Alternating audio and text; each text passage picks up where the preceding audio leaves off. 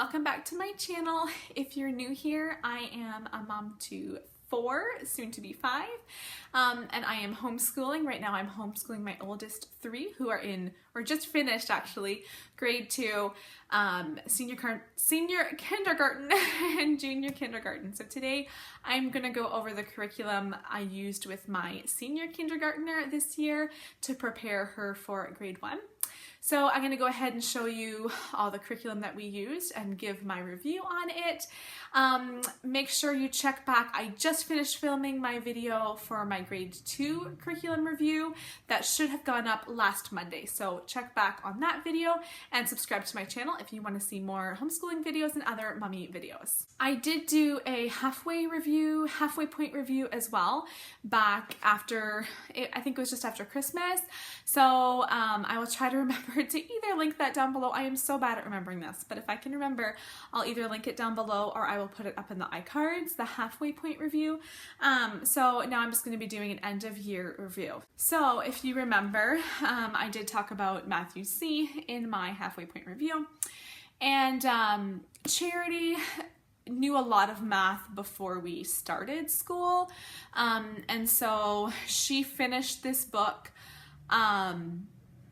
right around Christmas time, and we have been working on the grade 1 book ever since then. So we went through this book very fast, but we did start with this primer book, which is the kindergarten Matthew C book, and we really do enjoy Matthew C.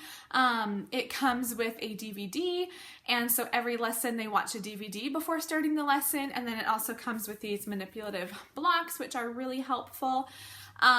So the DVD is really good. I think it does a really good job explaining each concept at the beginning of each lesson.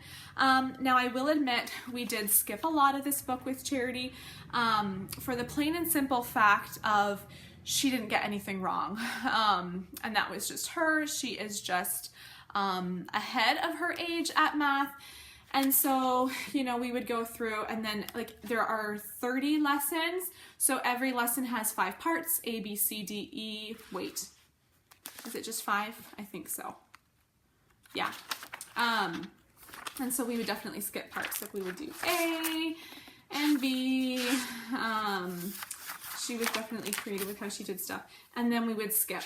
And like I said, that was simply the fact that she just didn't get anything wrong. And so if she would do A and B and get nothing wrong, I would skip C and maybe do D and E, or just skip certain questions on each page or whatever, because she just wasn't getting things wrong. And so I knew that we were about ready to go on to the next book of alpha. But so as you get closer to the end here are the kind of questions you're answering. So here she is doing some counting by, they did counting by 2s and counting by 10s in this book. Just some beginner clockwork and just lots of fun stuff, and then starting into subtraction as well. So like I said, it went really well. We did finish it in a very short period of time, and then we got into the grade 1 book, which I'm not going to review today because she's a little bit past the halfway point, ending off this school year, but I'll review that when we actually get to grade 1 and she finishes off the grade 1 book. So that was our math, the introduction to math, the primer Matthew C book. Next, we're going to go on to writing. We used Handwriting Without Tears. I've always really enjoyed these Handwriting Without Tears books. I really like the coloring pages that they do. So every page has something little to color, which is a lot of fun. I think just the way they teach the letters is fun too. It's nice and big. The pictures are big. The words are big. Everything is just nice and big for this kindergarten age. And the pages are just nice and fun looking, which I think when they're starting off is just really nice and inviting if their pages look like fun. On to spelling. We are using Spelling UC.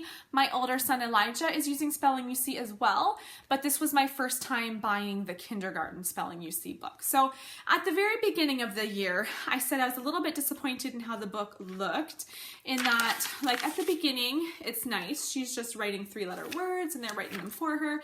But the last like 3/4, I want to say, of the book, so starting, let's see if I can get there, starting about lesson 8 here out of 30 lessons, yeah, it's actually pretty close to 3/4, is just blank pages. So it's all blank pages just for her to fill in her own words.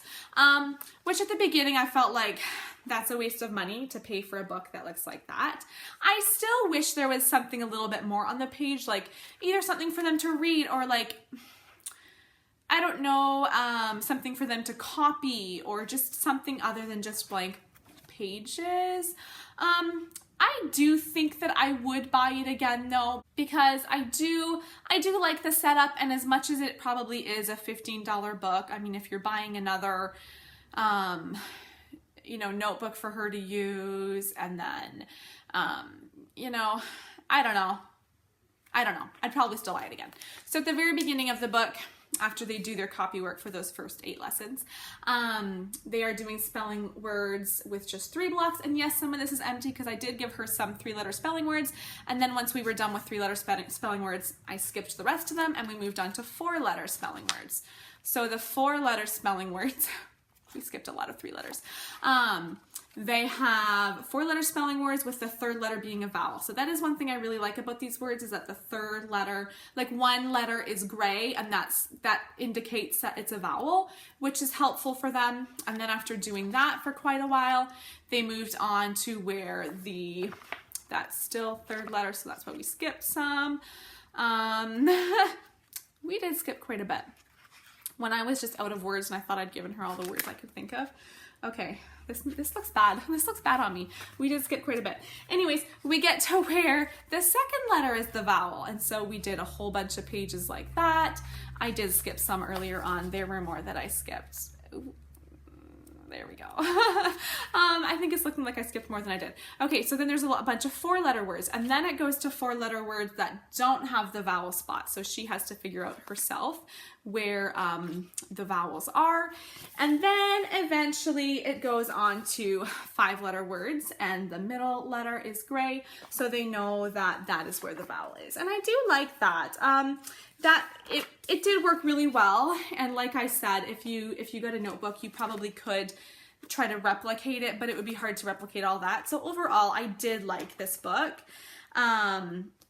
So yeah, and then at the end, it actually gets to 5-letter words as well, that with no gray block, so you can't tell where the vowel is supposed to be. So overall, I did really enjoy using that book. Like I said, I wouldn't have minded if there was something extra on the page other than just blank spots for them to write in words.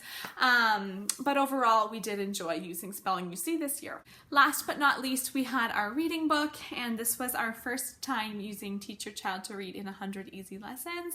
I feel like all the books that I review, any curriculum, I have to use it with a couple of children before I can give a really good review, because every child learns differently. Every child is kind of different levels.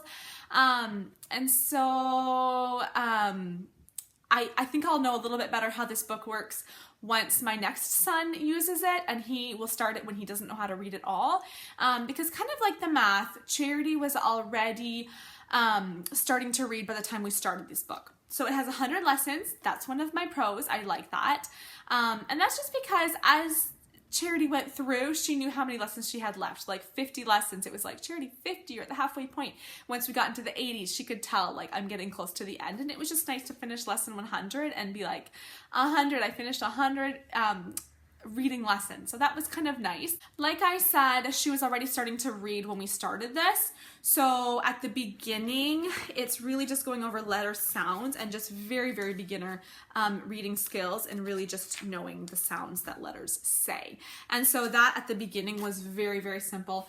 And for the first couple weeks, we would go through like 3 lessons in a day, just because it was that simple. We slowed down a lot, and by the time, I don't know if I want to say, because I don't remember for sure, but I'm sure by lesson 20 or so, we were slowing down to a lesson every day. But I like how the letters are nice and big, the words are nice and big at the beginning, they gradually get smaller, and then each story has a little picture that goes along with it too, which is kind of fun. Charity always looked forward to the picture that went along with her story.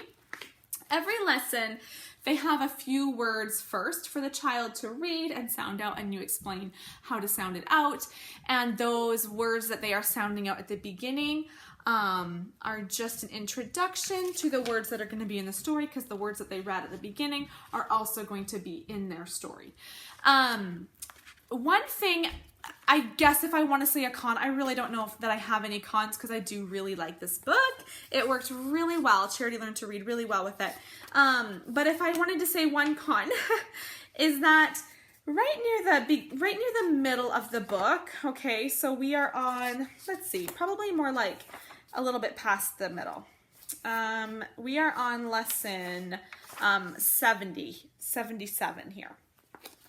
The stories are quite long, and at this point, Charity was learning to read quite well, but it would still take her a good length of time to read that many words. And so there were times that I would say, okay, I'm just going to read a sentence for you and you can read the next sentence. And then I would read a couple of sentences for her, 3 or 4 sentences maybe throughout the story, just because she could do it, but it took her a long time to read that long of a story. Once we got to the end, she had picked up reading well enough that she could read that in 10 minutes maybe, and it wouldn't take her too long. But near the middle, when the stories started getting a lot longer, but she hadn't picked up reading enough that she could read it quickly, sometimes it was kind of painfully long to actually be able to finish a story. But overall, we really, really did enjoy this book, and I'm definitely using it for my next son. Like I said, I do feel like because she kind of had a head start in reading before we started it, it'll be interesting to see how it works for my next child. And that is also because, like, Charity is, I think she's advanced in some things, but it's not just that she's so advanced. She's also older for her level. So she turned 6 in January, and here in Canada where we are, I think it's different in some other places, but you start you'd start kindergarten if you are turning 5 by December 31st. So her birthday's January 30th. So she just is a little bit past that. And so she started kindergarten when she was close-ish to being 6. Whereas my next, his birthday's November. So he's going to start when he is not even quite 5 yet. So I think it'll be interesting to teach it to him when he doesn't have any real basis of reading. And anyway, it'll just be interesting to see how I like it for him, and see if I like it the same that I did for Charity. Anyways, that is my kindergarten review. I have purchased almost all the curriculum. Wait, I think I have purchased everything for Charity. Yeah. I'm pretty sure I have. So I am going to be filming a grade 1 curriculum haul in the next few weeks. So definitely be on the lookout for that. Make sure you subscribe to my channel so that you'll see that when that comes out. And I will show you everything that I have for grade 1. One other question I wanted to ask you guys is, I know that I did throughout the last school year, I did a couple of videos on read aloud books and books that we have read aloud. And how I enjoyed those, kind of like a review for how the kids and I liked those. And so do you want to see another one of those? I have written down all the books that we read aloud from January until now, in case I do a video on them. And so I kind of feel like, is that old? Like, now that I've done it twice, do you guys want to see another read aloud book video? Or do you want to? Do you want to see the books that we have read aloud past the time that I did my last video? Let me know down in the comments below if you want to see a video like that, and I will definitely film that. Thank you so much for watching this video today, and I will see you guys in my next video. I hope you have a great day. Bye!